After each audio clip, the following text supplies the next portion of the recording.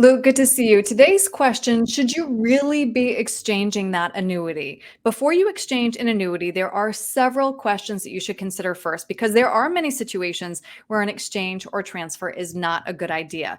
But when should you consider transferring or exchanging an annuity?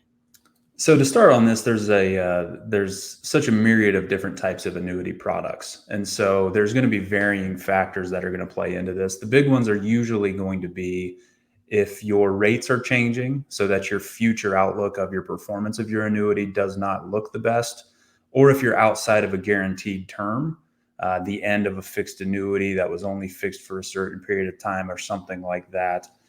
Those would be the two big ones. If you have concerns about your agent, or if you're concerned about the insurance company itself that's holding the annuity, those would be other ones. But the biggest one is going to be that you're seeking better rates, or the rates on your existing contract have really changed for the worse. Okay, so now why would you do an exchange into a new annuity or other insurance product instead of transferring to a different investment vehicle? So the word exchange is very important when it comes Okay. to annuity and other insurance products. And the reason is because you have probably accumulated some amount of unrealized capital gains within your annuity contract. If you're choosing to transfer it into another investment vehicle, just as an example, if you wanted to take your annuity out and move it just into your savings account, you would have to make due on all of those taxable gains that you've not previously had to pay taxes on. Depending on the size of your annuity and the growth of your annuity, to do that all in 1 year could be a pretty substantial tax bill. So by doing an exchange, sometimes called a 1035 exchange, you may be familiar with, you're able to move that into a new annuity contract and then have that the cost basis remain the same, but you don't have to make payments on the capital gains taxes at the time of the exchange. Okay, let's walk through some red flags though if your advisor is suggesting you exchange your annuity. The first red flag is if you are still within that surrender charge period. This would be a big one. Most annuity contracts are going to have some sort of surrender charge schedule. So if you've written a new annuity or put a premium into an annuity, you're going to have surrender charges for a period of time, usually 10 years or around about that time frame. If you're surrendering your contract within that surrender period, then you have to pay those surrender fees. And sometimes those can be upwards of 8, 9% within that time period. Okay. The second red flag would be if you think you might need money from the annuity soon because when you exchange or transfer that annuity, the surrender charge starts all over again, right? That's right. You're resetting essentially your surrender charge schedule. Now those vary by year and they're all very different. Again, it's always something you're going to want to explore on a single, one time basis, right? On whatever that contract is exactly.